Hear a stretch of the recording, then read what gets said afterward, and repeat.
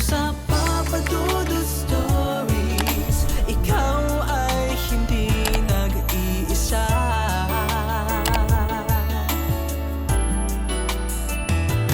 Dito sa Papa Dudut Stories, may nagmamahal sa'yo. Papa Dudut Stories, Papa Dudut Papa Dudut. Sa lahat po ng mga nakatutok ngayon, huwag pong kalimutan mag-like, mag-share at mag-subscribe. Maraming salamat po sa inyong lahat.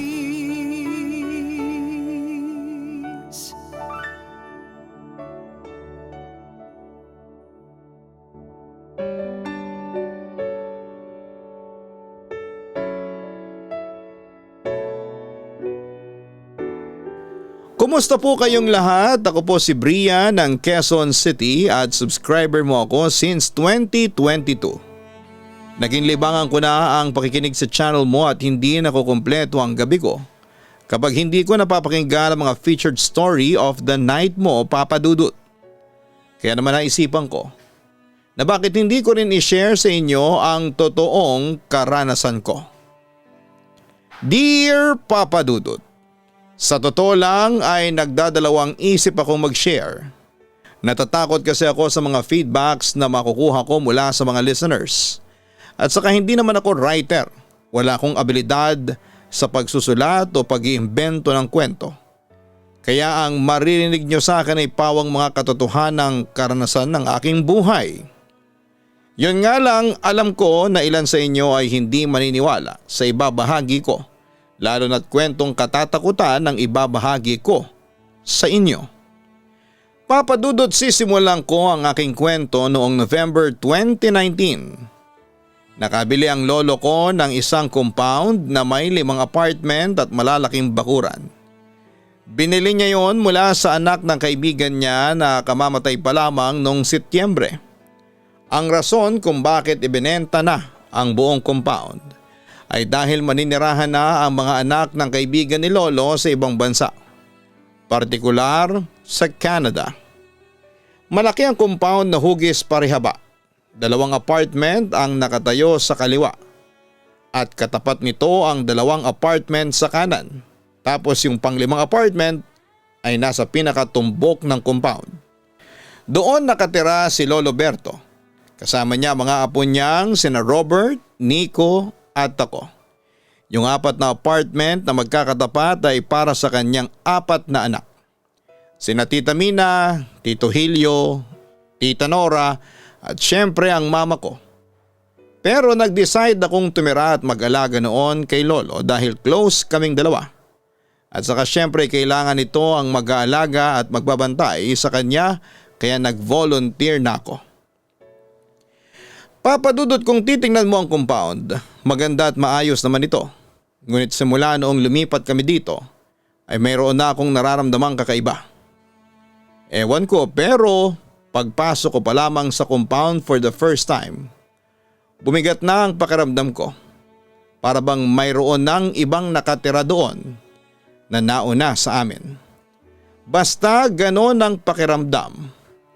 Kapag gabi ay ramdam na ramdam kong merong nagmamasid sa aming lahat na hindi namin nakikita. Lumipas ang ilang mga araw simula nang lumipat kami ay nakaramdam na rin ako ng kakaiba. Tulad na lamang ang misteryosong paggalaw ng mga gamit namin kahit na walang taong gumagalaw nito. Pagbukas ng mga gripo sa kusina at banyo, lalo na sa bahay ni Lolo kapag madaling araw. Mga hindi may paliwanag na mga kaluskos, yabag at mga boses ng babae na naririnig namin tuwing 3:00 ng madaling araw. Papa Dudut, hindi lang ako ang nakaramdam noon. Maski na rin ang mga pinsang kong sina Nico, Robert at Donna. Pero nagdesisyon kaming baliwalain yon kasi nasa 18 years old na kami pataas ng mga panahong yon. At napaka-awkward naman kung matatakutin pa rin kami sa edad namin yon. Papa Dudut, nagtapang-tapangan ako noon kahit na alam kong lumalala ang nararamdaman kong takot. Hanggang isang araw ay sinubok ng tadhana ang aking katapangan. Nagkasakit kaming dalawa ni Robert. Halos hindi na bumababa ang lagnat namin at panay kami ng suka, so pinatawas kami ng mama ko sa isang albularyo. At doon nga ay may nakita siyang naninirahan sa CR namin na isang duwende at nagambala raw namin ito. Kinilabutan ako at agad naman akong naniwala doon kasi may nakita akong sa peripheral vision ko noong dumaan ako sa CR namin na maliit na may hat at nanlilisik ang mata ngunit nakangiti. Pero hindi ko lang yun pinansin kasi nga ay nagtatapang-tapangan ako noong mga panahong yon. Kaya pag uwi namin agad na nag-insenso si mama sa bahay ni Lolo. Nag-alay at humingi ng tawad. Pagkatapos noon ay nawala ang sakit namin, Papa Dudut. Another encounter yung naranasan ni Nico na nakarinig siya ng tumatawa sa kwarto ko habang wala ko. Same goes with me na nakarinig din ng tumatawa sa kwarto ng mga lalaking pinsan ko. Pati sa kwarto ni Lolo. Isang maulan na hapon.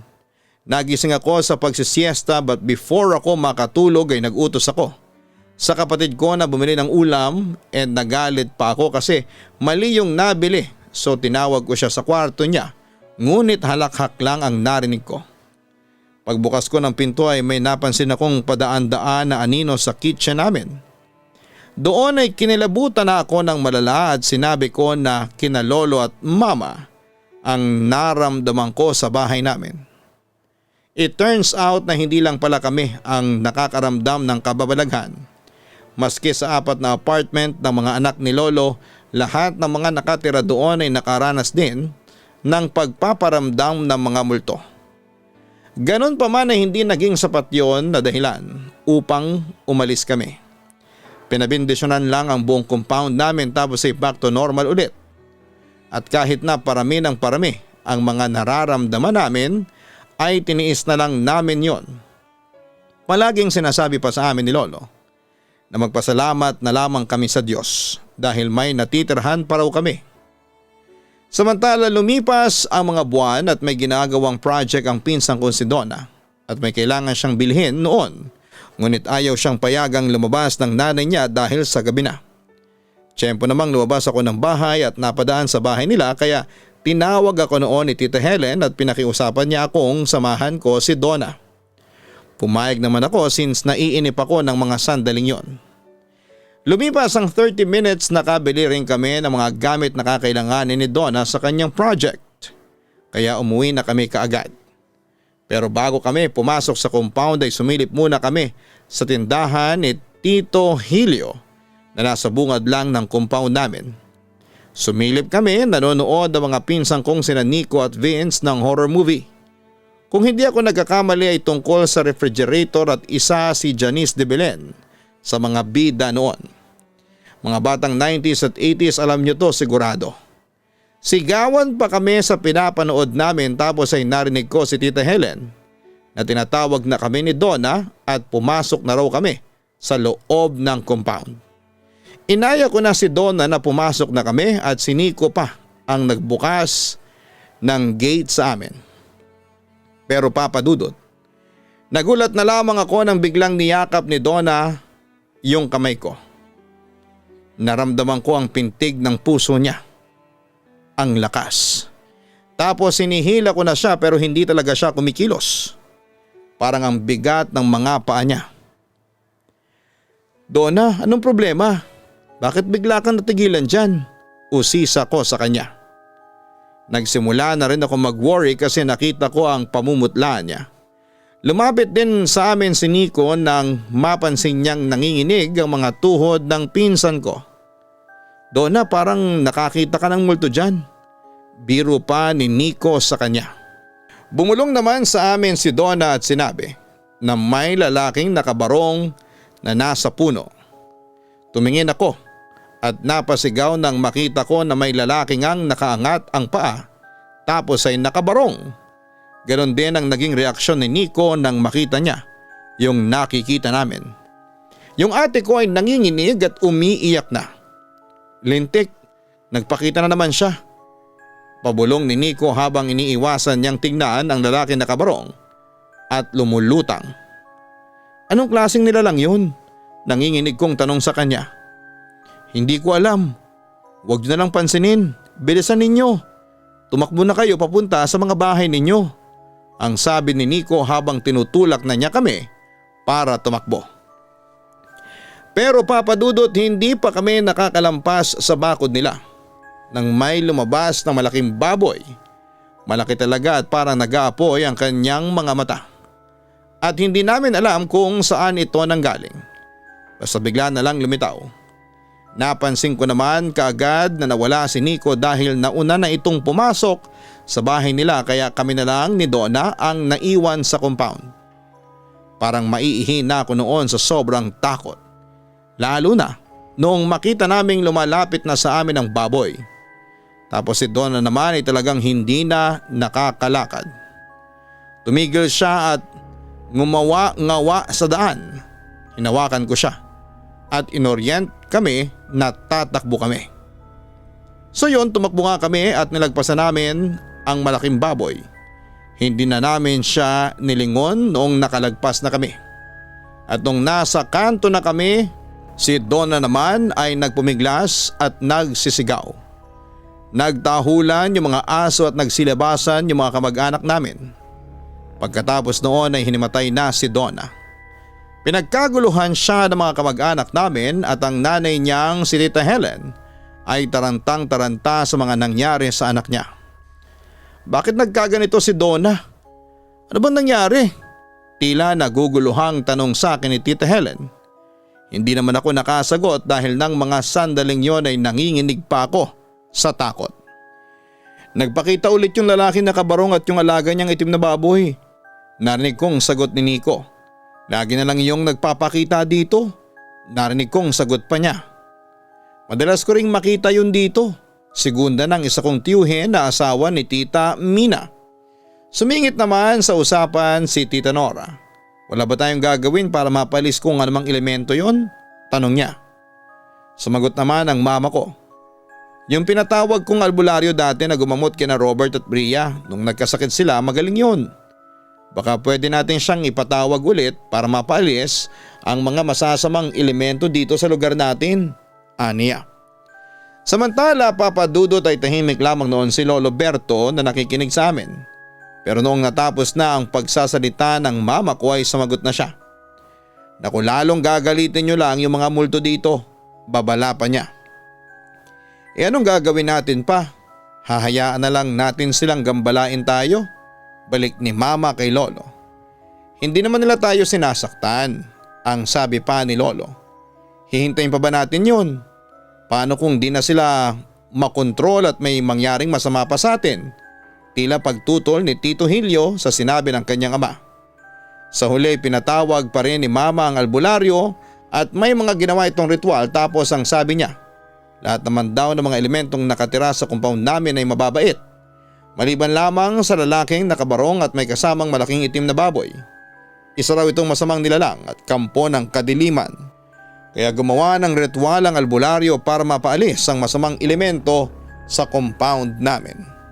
Nang malaman ni Lolo Berto ang ginawa namin ay nagalit pa ito. Pero sa kabila ng pagtutol niya ay tinuloy pa rin namin ang pagpapalis sa lalaking nakabarong at sa alaga nitong itim na baboy. Pero Papa Dudut, hindi yon naging madali dahil nagalit ang nasabing elemento. Kitang-kita namin ang pagdilim ng kalangitan sa lugar namin at biglang kumidlat ng malakas. Natamaan pa nga nito ang pader ng bahay ng mga magulang ko. Kaming mga anak ay pinapasok na sa kanya-kanya naming bahay habang ang natira ay mga matatanda. Pero natatandaan ko, kahit na pinapasok na kami sa loob, ay sinisilip ko pa rin ang bintana para makita ang kanilang ginagawa. Nakita kong lumakas ang hangin sa labas, as in parang may bagyo. Tapos yung mga gamit sa bahay ni Lolo Berto ay yumanig. Siyempre nagpanik kami ni na Robert at Nico. Mamayang kaunti ay napatingin kami sa kusina at laking gulat namin ang makita naming marami ang nakatayo sa may kusina at sa CR. Sa CR pa lang ay 4 na elemento na yata ang nakita namin. Habang sa kusina ay 3 ang nakatayo. Nakatingin sila sa amin at nanlilisik ang mga mata at parang galit na galit. Tapos ay narinig ko pang nagsalita yung duwende sa CR tapos ang sabi niya, "Kung hindi ako nagkakamali, humanda kayo. Ginalit niyo siya, maghihiganti siya, papatayin niya kayo." Pagkatapos noon, Papa Dudut ay unti-unti silang naglaho na parang usok. Tulala naman kaming tatlo sa aming nakita at narinig. Hanggang sa pumasok na si Lolo Berto sa bahay at sinabi niyang napaalis na raw ang mga masasamang elemento sa compound namin. Pero Papa Dudut, hindi nawala ang takot namin dahil inaalala namin yung mga sinabi ng duwende sa amin. Magbabalik ang lalaking nakabarong. Maghihigante siya at papatayin niya kami. Ngunit hindi namin ito nasabi kay Lolo at sa mga nakakatanda sa amin dahil na rin sa naging busy ang mga ito at walang panahong makinig sa aming mga kabataan. Hanggang sa nakalimutan na lang namin yon dahil naging abala na kami noon sa nalalapit na pagsapit ng Pasko at Bagong Taon. Samantala lumipas sa mga araw at linggo. Sumapit ang December 31, 2019, last day of the year. At alam naman natin na pag ganyan ay abala ang lahat sa pagluluto ng mga pagkaing ilalapag sa mesa pagsapit ng medyanoche. Yung iba nagbibihis pa ng bago o kaya yung mga polka dots. Yung iba ay naghahanda ng karaoke para magpatugtog ng malakas. Pag alas 12 na, nagtatalunan ang iba kasi paniwala nila ay tatangka daw. Nakaugalian na nating magingay pag ganyan. Yung kapitbahay namin nagtali ng batsyang aluminum sa trike niya at pinandar. Grabe ang sakit sa tenga. Kami naman ay masaya na nagpapaingay sa kawali at sandok. Yung mga anak ko may torotot, ang mister ko naman ay pinag-uuntog ang kaserola at takip nito.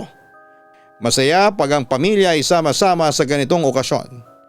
Nang mag-aalauna na, tapos na kaming kumain, nagvideoke kami ng pamilya at mga kamag-anak ko. Pagkatapos ng ilang kantay umakyat na rin kami para matulog. Wala kaming kaalam-alam, may mangyayaring pagsubok sa aming lahat. Nagpasya akong makitulog noon kina Tita Nora para makapag-bonding sa pinsang kong si Mean.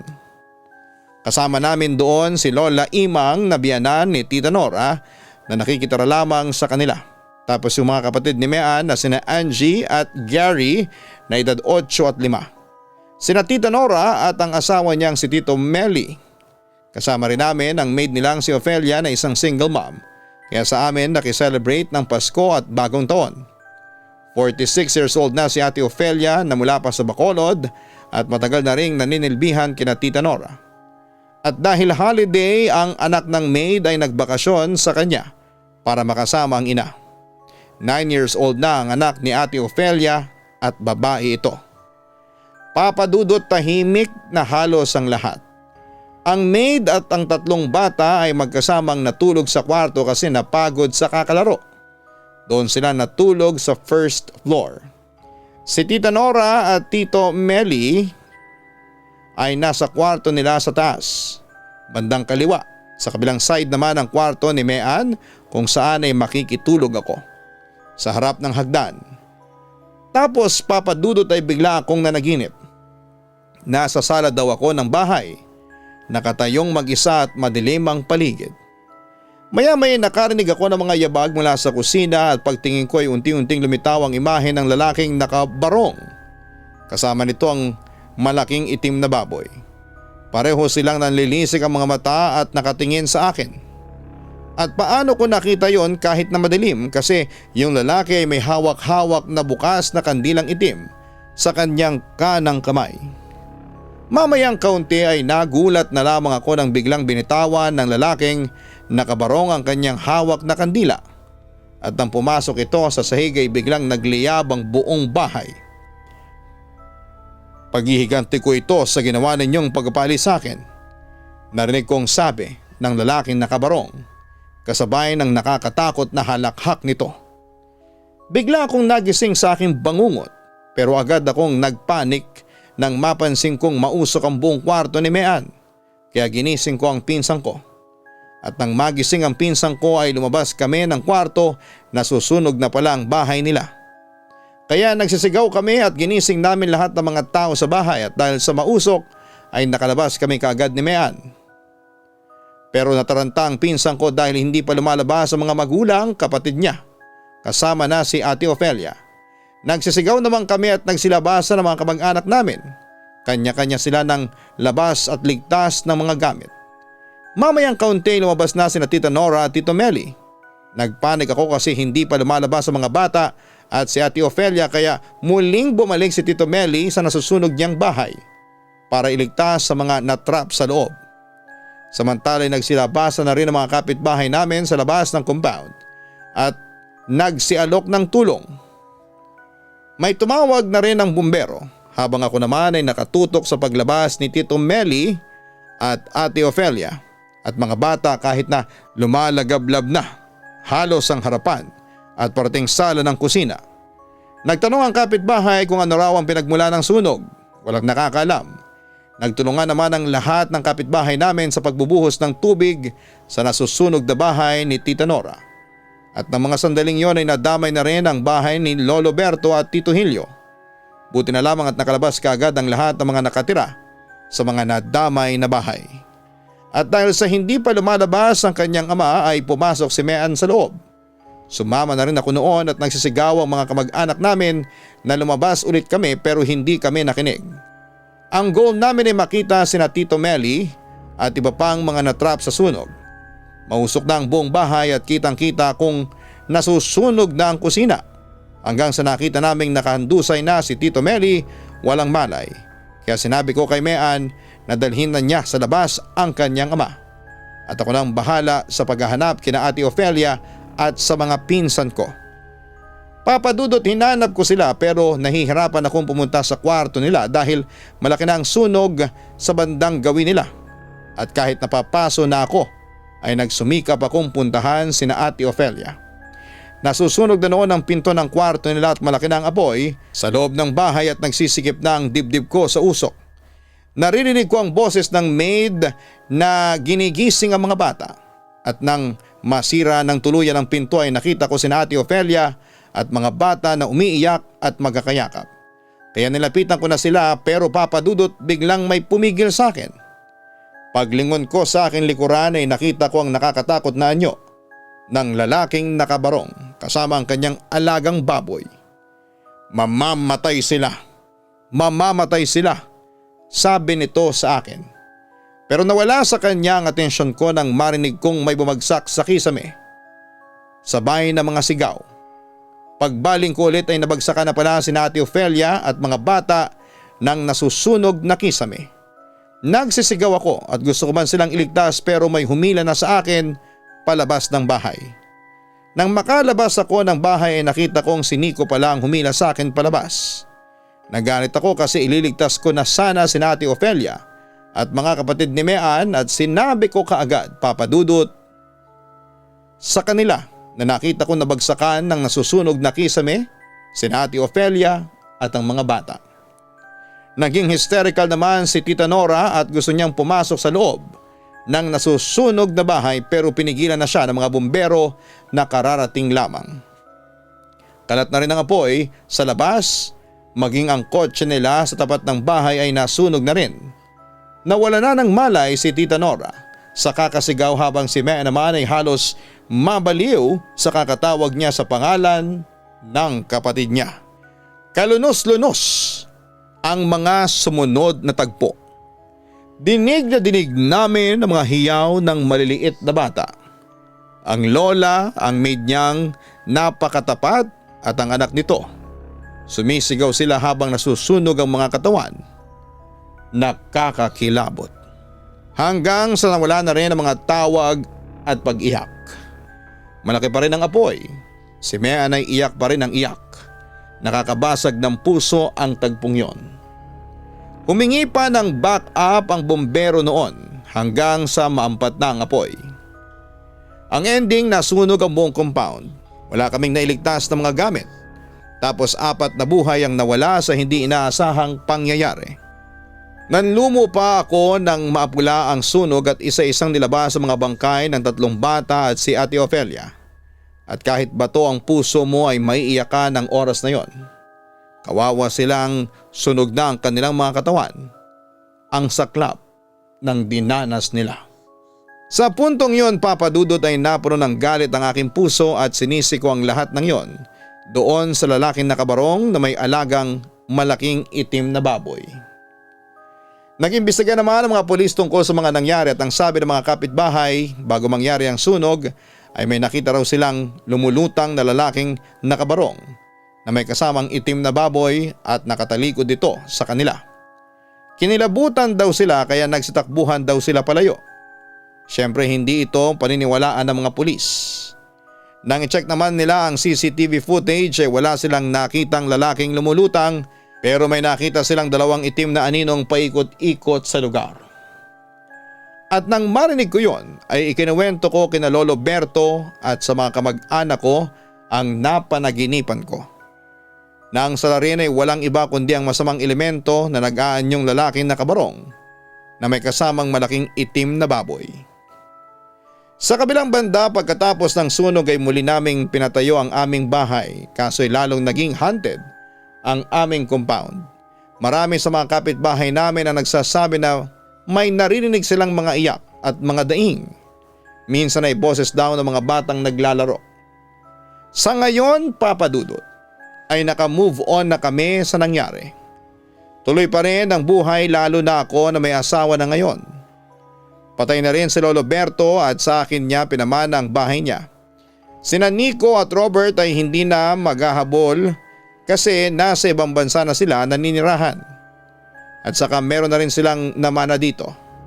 Si Mea naman ay may asawa na rin at kasalukuyang buntis at sa March 2025 siya nakatakdang manganak. Si Tita Nora at Tito Meli naman ay abala sa kanilang negosyong kainan sa palengke. Papa Dudut, hanggang dito na lamang. Maraming salamat at sana'y mapili po ninyong basahin at itampok ang aking kwento sa inyong channel. Lubos na gumagalang, Bria. Maraming salamat, Bria, sa pagbabahagi mo ng iyong kwento sa aming programa. Nakakalungkot mang isipin na 4 ang nawalang buhay sa sunog na yon. Pero masaya na rin kami ngayon kasi okay na kayo at naka-move on na. Ganun pa man, para maiwasan ang ganitong problema ay tandaan ninyo na kapag alam na ninyong may masamang elementong nakatira sa inyong bahay ay huwag kayong manghinayang na umalis. Huwag ninyong bigyan sila ng dahilan para sirain ang buhay ninyo. Magdasal kayo sa Panginoon at huwag mawala ng pananampalataya sa Kanya.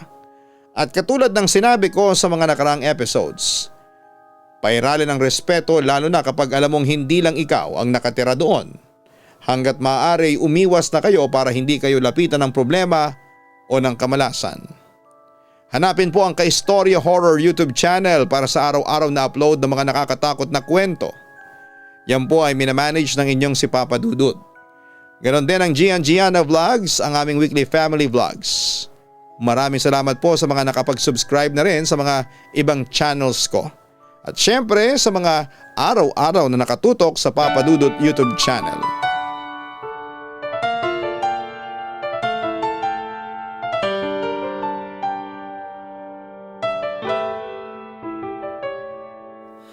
Ang buhay ay mahiwaga, laging may lungkot at saya. Sa Papa Dudut Stories, laging may karamay ka.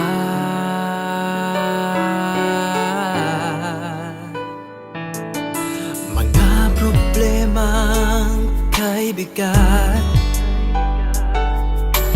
dito ay pakikinggan ka. Sa Papa Dudut Stories, kami ay iyong kasama. Dito sa Papa Dudut Stories, ikaw ay hindi nag-iisa.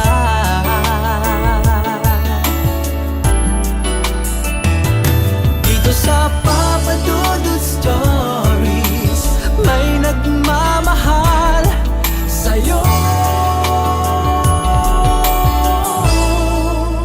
Papa Dudut Stories. Papa Dudut Stories.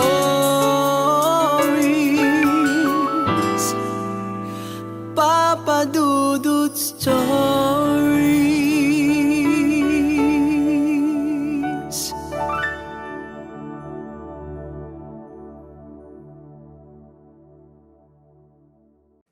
Hello mga ka-online, ako po ang inyong si Papa Dudut. Huwag kalimutan na mag-like, mag-share at mag-subscribe. Pindutin ang notification bell para mas maraming video ang mapanood ninyo. Maraming salamat po sa inyong walang sawang pagtitiwala.